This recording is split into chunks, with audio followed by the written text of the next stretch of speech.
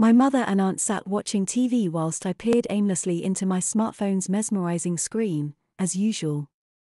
It reminds me of when those skin-tight jeans first came into fashion, my aunt said as she and Mum sat bemused in front of the TV.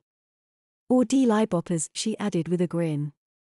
What are D-Li boppers? I asked. Mum described the novelty headband to me and I knew exactly what she was talking about. We never thought they'd catch on either, but they did, she added, before turning back to the TV. They were watching the local news program which reported on a protest outside one of the high street stores. The footage showed a small group of people holding homemade banners bearing the slogan "Let Boys Be Boys" and chanting the same 4 words over and over. The scene cut to the interior of the store and showed racks of dresses and frocks on display, then my jaw dropped when the presenter began to speak. This may look like any other high street store, but all is not as it seems like this. He gestures to the display of frocks, skirts and dresses. It's the boys' department. I think it's scandalous, my mother commented. I think it's about time, my aunt added before turning to me. Would you like to wear a dress, Peter? She asked. No way, I exclaimed. Only girls wear dresses. Maybe not for much longer, she grinned. Mum said it'd never catch on and her sister-in-law agreed, before saying something about girls having only worn trousers or pants for last 100 years or so. Before that, I expect girls looked as strange in trousers and boys would in dresses.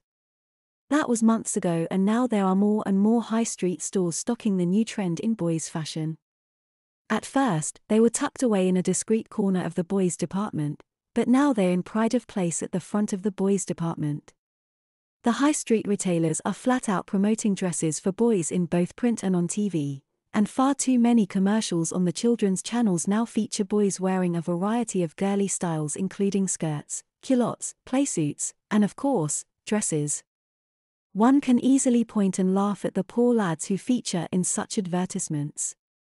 Even seeing the boy mannequins in the shop windows clad in skirts, frocks, tights, and dainty little shoes wasn't uncommon, although actually seeing a boy in real life wearing a dress or a skirt is a very rare sight. But it is certainly unsettling, especially when my mother says something positive in passing. I was happier when she claimed the whole thing to be scandalous. As the weeks and months passed, the new fad began to make its way from the shop window displays and TV commercials onto the high street itself. My personal instinct was to point and laugh on the rare occasion one was spotted, but Mum told me that such behavior wasn't nice. She rightly pointed out to me that the boys who do wear dresses or skirts would clearly rather not, and the miserable, mournful expressions on their faces confirmed this.